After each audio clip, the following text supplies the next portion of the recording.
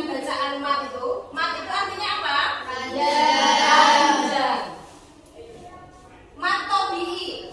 Ya, sebelum kita membahas mat iwat, kita mengulas sebentar tentang bacaan mat tabii. Mat tabii atau biasa disebut dengan bacaan mat asli. Hurufnya ada berapa? 3, yaitu alif, ya, wawu. Alif, ya, wawu.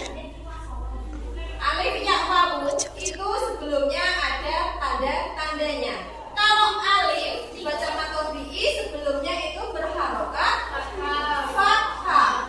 Sedangkan wawu sukun sebelumnya didahului harokat dhammah. Kalau ya sukun berarti sebelumnya berharokat kasrah. Panjang bacaan mat tabii itu ada berapa harokat? 2 harokat atau 1 alif. Ya, kita sudah paham, kalian sudah paham tentang bacaan mat tabii. Sekarang kita lanjutkan dengan bacaan mat iwat. Kalau mat tadi artinya panjang, iwat itu artinya pengganti, ya, pengganti.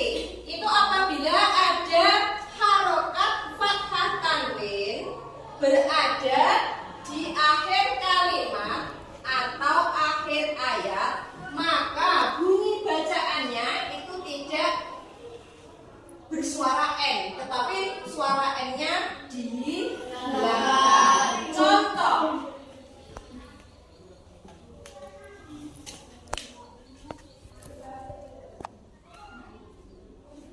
ini bacanya gimana?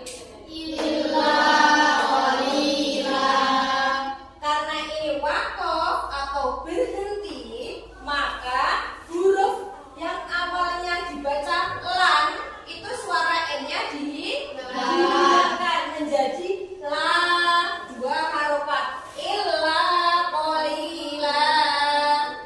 Bisa dipahami? Bisa. Pokoknya sampean kalian kalau ada harokat fathah tanwin berada di akhir kalimat atau berhenti karena waqaf itu tidak hanya di akhir ayat loh ya. Waqaf di tengah ayat pun juga bisa. Ngomong shiratal mustaqimah.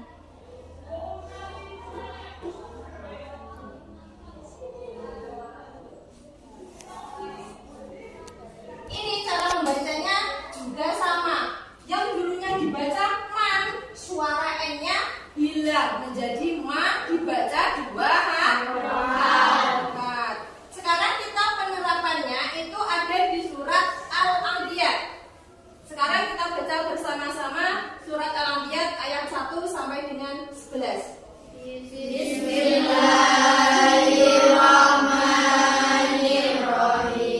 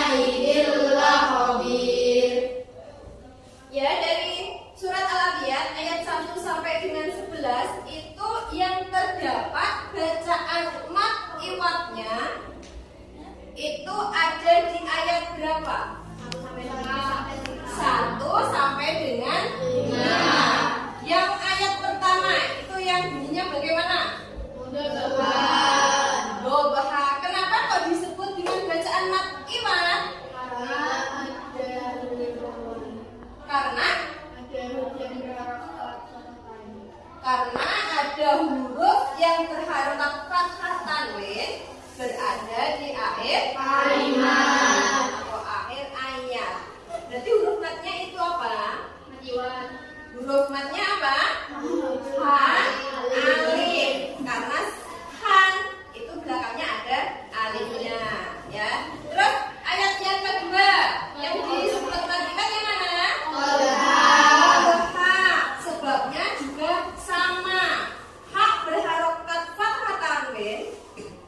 berada di akhir ayat atau kalimat. Ayat yang ketiga.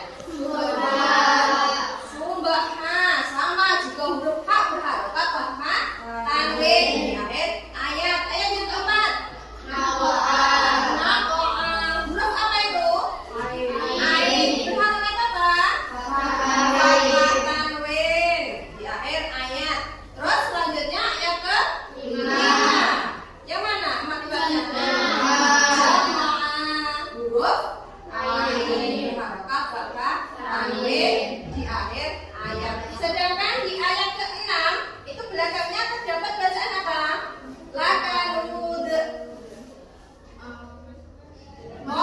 Kolkolah. Kolkolah itu ada dua macam. Ada kolkolah suro dan kolkolah kubro.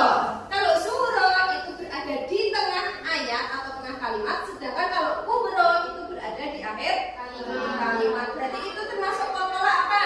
Kubro. Terus ayat yang ke-7, la syadid. Kubro, kolkolah kubro sama ya. Terus ayat ke-8 juga kolkolah kubro. Ayat yang ke-9 itu fil kubur. Mat alif li sukun.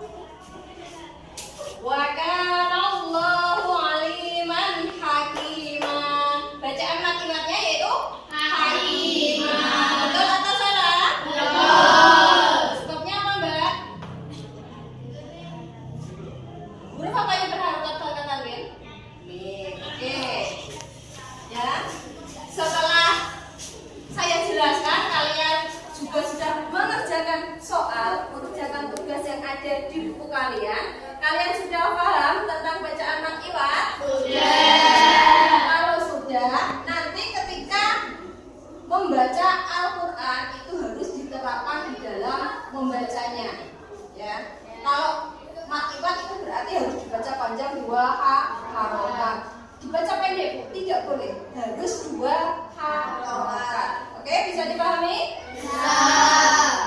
Ya. Pertemuan kita kali ini saya rasa sudah cukup, kalian juga sudah paham. Nanti di rumah tinggal penerapannya. Ya. Saya akhiri. Assalamualaikum.